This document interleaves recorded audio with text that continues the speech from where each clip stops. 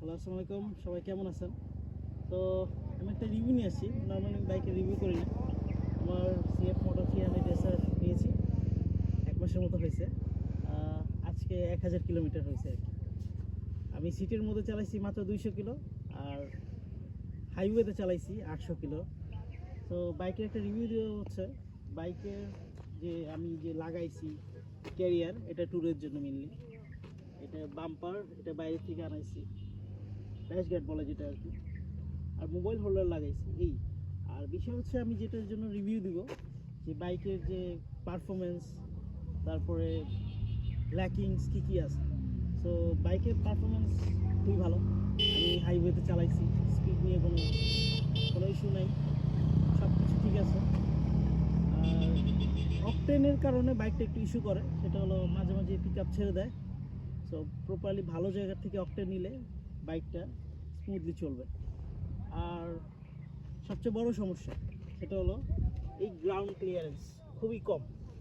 মানে আমি জানি না আমার নিচে ফেটে গেছে কিনা, আমি শিওর না। ফেটে গেছে বা স্ক্র্যাচ হয়েছে কয়েকবার, অনেক মানে শব্দ হয়েছে। তো সব কিছু ঠিক আছে, এই একটাই প্রবলেম এই বাইকে, সেটা হলো গ্রাউন্ড ক্লিয়ারেন্স খুবই কম, মানে খুবই বাজে। তো এটা যদি সলভ করে অবশ্যই বাইকটা অনেক ভালো হবে। আর বাকি সব ঠিক আছে, মিটার অনেক জোস, সব কিছু অনেক ফাংশনাল আছে। এই তো, আর বাকি সব ঠিক আছে।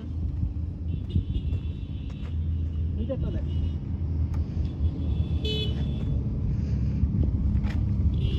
মিটারটা অনেক জোস করছে।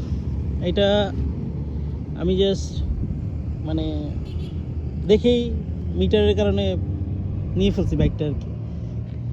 আর আপনার অনেক ফাংশনাল আছে এটাতে, যেটা অন্য বাইকে নাই আর কি। তো আমার এতটুকু দিবে 1000 কিলোমিটার বাইক আপনারা নিতে পারেন, খুবই ভালো।